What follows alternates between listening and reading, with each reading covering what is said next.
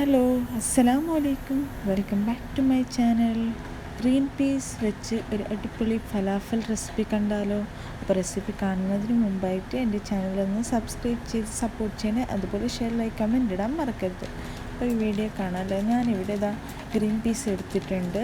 അത് രാവിലെ തന്നെ പൊതിർക്കാൻ വെച്ചതാണ്. ഇപ്പോൾ വൈകുന്നേരം ഞാൻ സ്നാക്സ് ഉണ്ടാക്കാൻ വേണ്ടിയാണ് എടുത്തിട്ടുള്ളത്.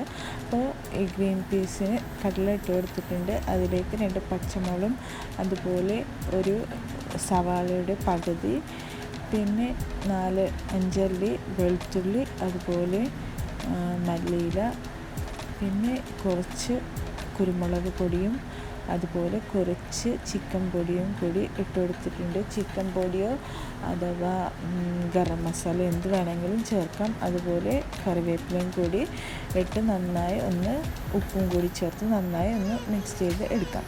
ഇനിയിപ്പോൾ ഇത് അരച്ച് ഒരു പാത്രത്തിലേക്ക് മാറ്റിയിട്ടുണ്ട്. ഇനി ഇത് ഈ ഒരു ഷേപ്പിലാക്കി നല്ല ചൂട് എണ്ണയിലേക്ക് ഇത് ഇട്ട് കൊടുക്കാം.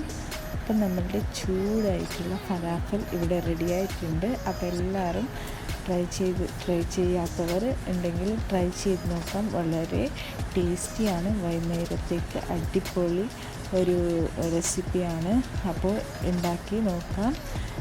ഇൻഷാ അല്ലാഹ് അടുത്തൊരു വീഡിയോയിൽ കാണുന്നവരേക്കും അസ്സലാമു അലൈക്കും.